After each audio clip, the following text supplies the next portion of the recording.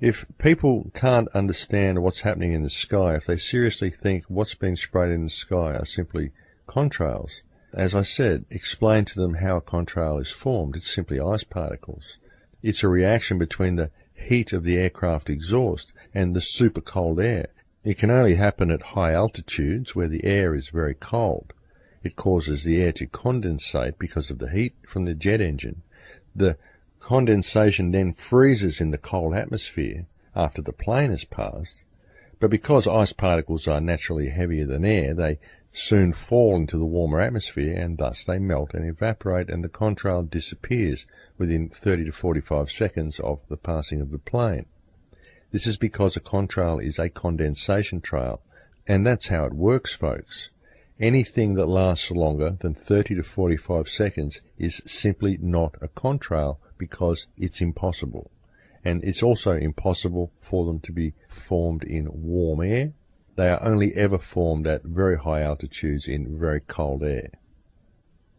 Jet trails that spread out across the sky and go from horizon to horizon and spread out into a cloudy haze are not contrails.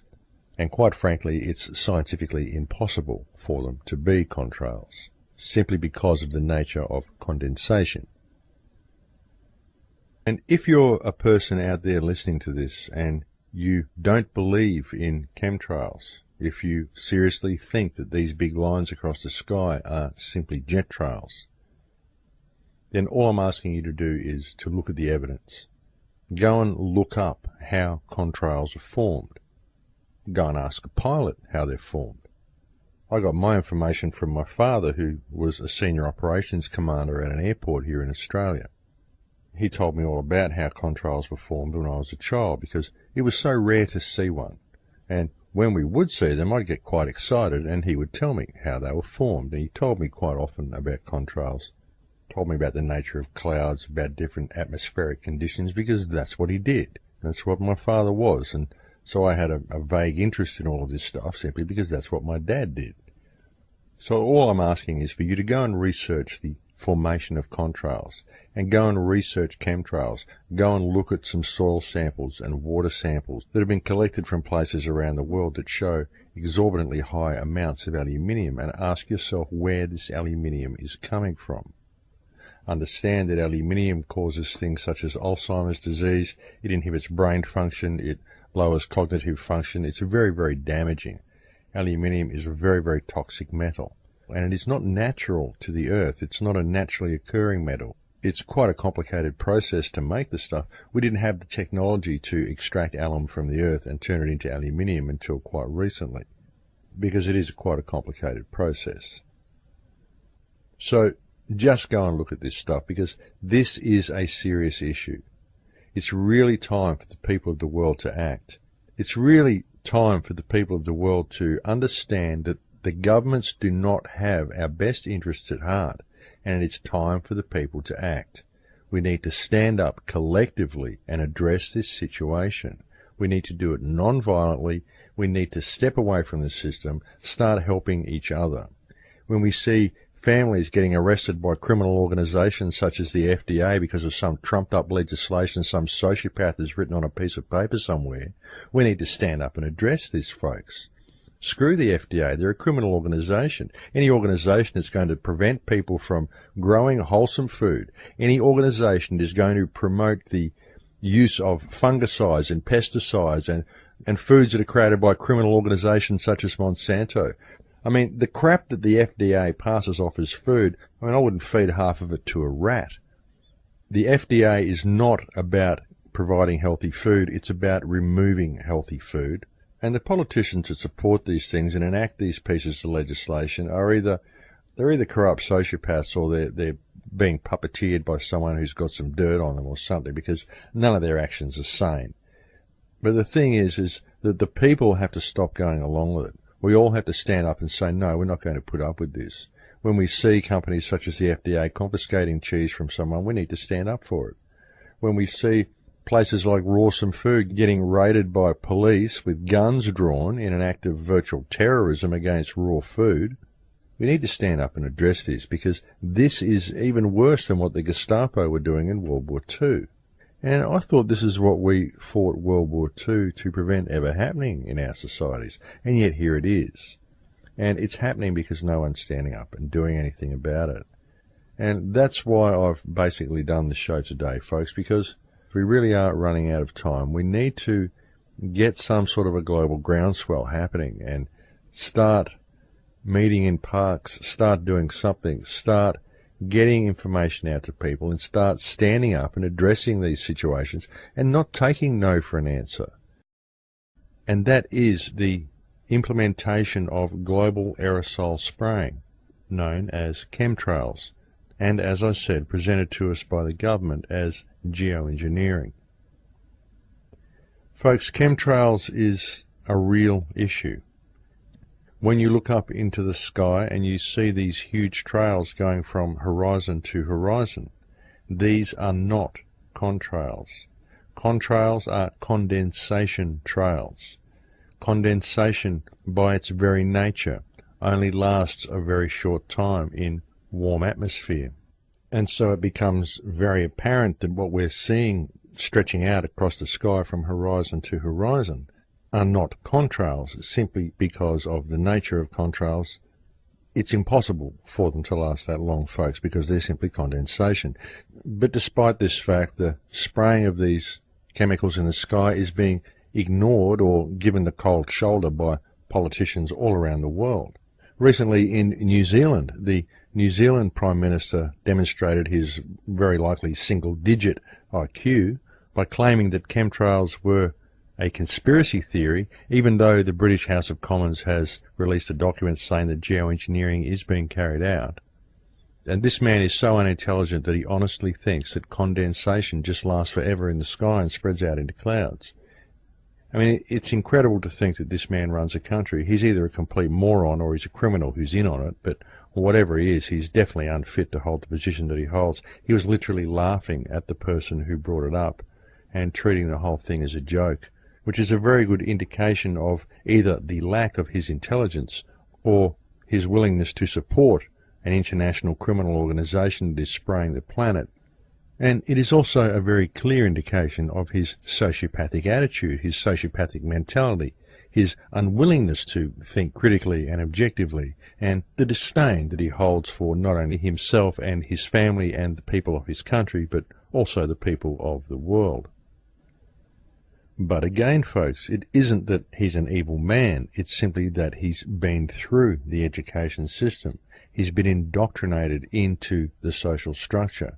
He's been indoctrinated into the political system, which is an inherently corrupt system that is designed to squash all critical thinking, to squash all objectivity, to prevent people from ever thinking outside the box, and to promote ridicule towards anyone who does. That's the way the system works. It's designed to produce sociopathic people.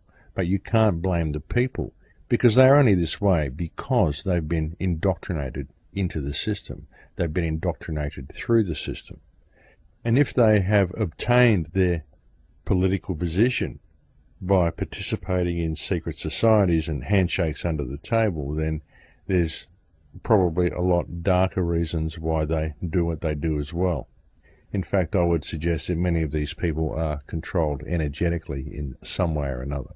There's any number of ways of controlling people, but it's very interesting to see that very often when politicians get to any position of power, they instantly change, and they all ultimately seem to support the very same agenda, namely the further centralization of power and the further globalization of government. Now, just a few days ago, there was a film released by a man called Michael J. Murphy. Helping with the film was Edward Griffin, and the film is about geoengineering or chemtrails, and it's entitled What in the World Are They Spraying? And the film contains some very good research. I recommend that you Google it and look for the site where you can purchase the DVD. The DVD instructs you to then copy and distribute the information, so they're not doing it for the money, folks. It was also uploaded to YouTube by a YouTube user, and I have it embedded on thecrowhouse.com, and it's also listed as a playlist on my YouTube channel. I highly recommend that you watch this film and that you distribute it to as many people as you can. as I said, it does contain some very good research. For example, some of the results, and actually I saw some results like this a couple of years ago from the same area. I think I mentioned them on a show last year, middle of last year. And they are talking about test results from snow samples found on Mount Shasta. Now remember folks, people go hiking on Mount Shasta and they melt the snow and they use it for water to make cups of tea, cups of coffee, and just to get water, so they've got water on their trip. Now under normal conditions, the atmosphere is permitted to have 1 part per billion of aluminium in the atmosphere. Due to industry, this is what is an acceptable amount in the atmosphere, and this is what you are likely to find in rain that is formed in clouds and then rains down onto the ground as either water or snow. So 1 part per billion is acceptable, and the danger level for aluminium in the atmosphere is considered to be 1,000 parts per billion. Essentially, it would be considered an emergency if we found the atmosphere to be 1,000 parts per billion of aluminium. Well folks, according to scientific results returned from Mount Shasta, the snow on Mount Shasta is showing an aluminium content of 61,000 parts per billion. And this exceeds the danger level by 60 times, folks. This is not good. We're finding lakes that are showing 39,000 parts per billion. We're seeing severe damage being done to the soil. We're seeing severe damage to plants, severe damage to animals. And if you think this isn't being planned, folks, and you think this isn't deliberate, then I would point out that we are also seeing companies such as Monsanto releasing new strains of genetically modified food that happen to be aluminium resistant. Now, folks, what we're seeing with these chemtrails, with these incredibly dangerous levels of aluminium that we're finding all around the place in our environment, the amount of trees that are dying because of this. And don't think that the results from Mount Shasta are just localized to Mount Shasta either, folks, because this spraying is going on virtually globally. It's going on here where I live. It's going on everywhere. So you'll be finding these levels of aluminium in water supplies and in soil samples that can be taken from just about anywhere in the world. And the politicians aren't addressing this issue. They're tying it up in paperwork. They've got people from Homeland Security and people from the Sheriff's Office and people from police stations going and confiscating organic food and raw cheese from people, when we've got what is essentially the biggest crime against humanity that has ever been perpetrated, being carried out right now, right across the globe, by whoever is putting additives in fuel or whoever is spraying the planet. Because there is most certainly someone or something who is spraying the planet. Now this is what our police need to be addressing. And this is what everybody needs to be addressing, because we all have to breathe the air. If the very content of our air is not fit to breathe, then what hope do any of us have? What do any of the other issues matter if the air is not fit to breathe? And if the soil is not fit to grow healthy food or to support real life because of what's being sprayed into the atmosphere? Everybody's distracted with side issues. Everybody's distracted with wondering what's down the rabbit hole. Everyone's worried about their own little specific environmental concern. But no one's looking up and noticing what's happening in the sky. Now folks, it happens almost every night here after dark. We have clear skies here in the day, but the days are always somewhat hazy. But at night you can get up here at 4 o'clock in the morning and you can see the spraying in the skies, and it happens almost every night. The constant aerial spraying that the human race and this planet is being subject to, without anyone's knowledge or consent, and alerting people to the fact that this is actually occurring, is one of the most challenging situations we have ever faced, folks. But it's also a tremendous opportunity. We now have something that can unite the human race. It's a common issue that threatens every single man, woman and child on this planet. And for those who simply don't believe that this is chemical spraying, Just explain to them what a contrail is. It's a condensation trail. Condensation evaporates. And I would also very much suggest showing them the film that I mentioned to you before by Michael Murphy and Edward Griffin, entitled What in the World Are They Spraying? You'll find links to it on my website.